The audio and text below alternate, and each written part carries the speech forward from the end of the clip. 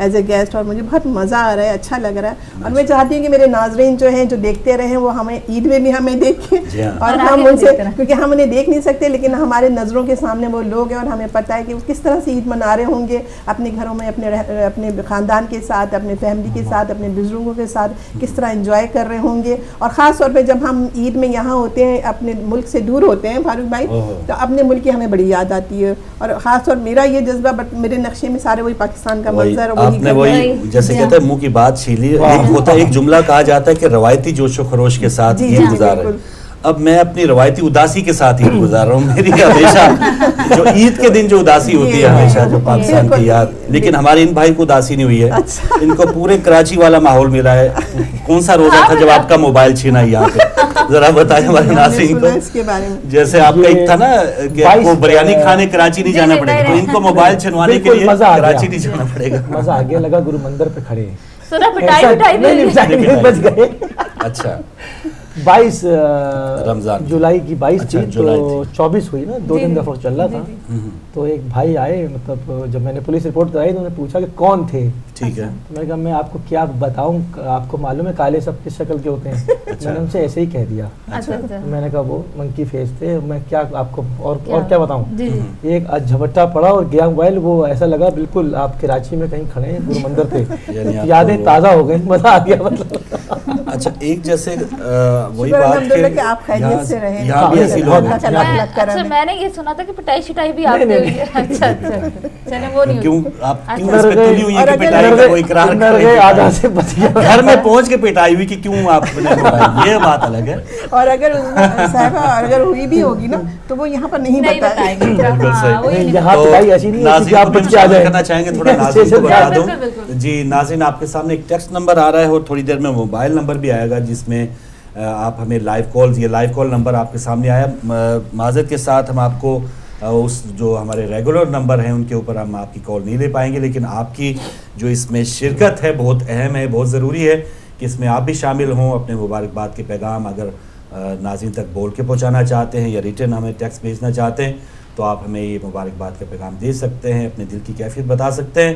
اور دل کی کیفیت مجھے وہی رات تقریباً 2 سال پہلے والا ایک پروگرام ہمارا رپیٹ ہو رہا تھا, اس میں بھی یہی بات ہو رہی تھی کہ ہماری سادگی کے ساتھ عید, اور اس وقت چلاس کا واقعہ ہوا تھا سانیہ, اور اس بار جو ہے فلسطین کی صورتحال ہے, پاکستان کی صورتحال ہے, تو شام ہے, ہر جگہ مسلمان جو ہیں بیچارے اس وقت بہت ہی دکھی ہیں. تو ہمیں ان کے دکھ درد میں بھی شامل ہو کے عید کا جو ہے وہ عید تو عید ہے نہیں کہ جس انداز میں ہم بالکل ایک 20-30 سال پہلے چلیں جس کا ٹائم تھا کہ ہم اپنی آسانی کے ساتھ, اور کوئی جان کا خطرہ نہیں تھا, امت مسلم میں کوئی ایسا مسئلہ نہیں تھا. لیکن اس بار جو ہے فلسطین میں جو صورتحال ہے کہ عید کے دن جو بچے بیچارے اور خواتین اور بہت جو چھوٹے بھی, ان کو یہ بہت مسئلہ کرنا پڑ رہا ہے, ان کی جان کو جو ہے وہ خطرہ ہے. تو اس حوالے سے ہمارے بہت سے ایسے ناظرین دکھی بھی ہیں, انہوں نے بہت ہی سادگی کے ساتھ عید منانے کا ایک اعلان بھی کیا, اور انہوں نے یہ تہیہ بھی کیا کہ ہم نے یہ سادگی کے ساتھ عید گزارنی ہے. اور وہ لگا بھی یہاں مارکیٹس میں, آپ کو ہماری بہنوں کو تھوڑا زیادہ پتہ ہوگا کہ وہ گہما گہمی یا وہ رش یا خرید و فروخت وہ کیسا لگا آپ کو, پہلے آپ بتائیں. میں بالکل سچ بات بتاؤں گی, اس بار میں اپنے ہسبینڈ کے ساتھ نہیں جا سکی.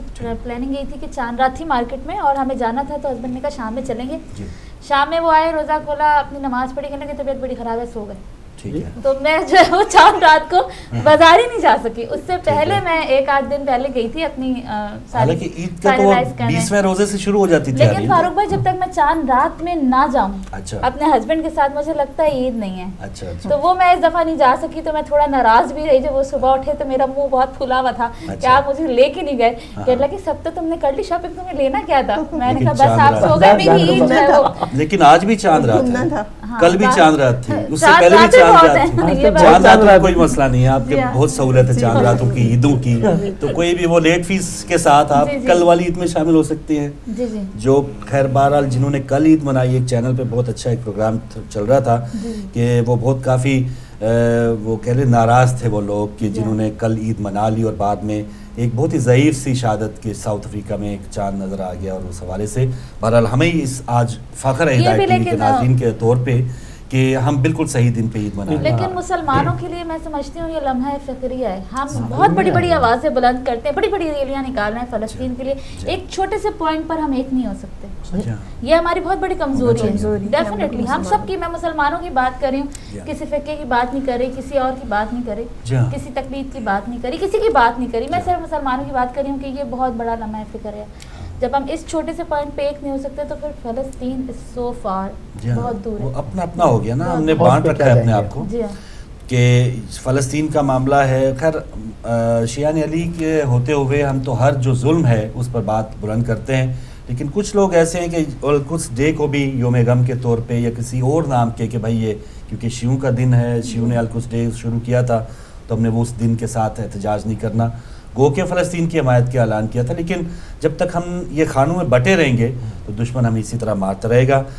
ناظرین آپ کو بھی ہم شامل کریں گے, اور اس وقت کچھ ایسی بچپن کی یادیں ہمارے جو اس وقت ہوسٹ بیٹھے ہیں ماشاءاللہ چاروں ہمارے پروگراموں میں, ہم آپ کو شامل ہوتے رہے ہیں, ہم آپ کے سامنے پیش ہوتے رہے, تو کوئی بھی بات آپ ہم سے پوچھنا چاہیں تو آپ ضرور پوچھے گا. ہمارے ساتھ رہیے گا. واپس آتے چھوٹی سی بریک کے بعد.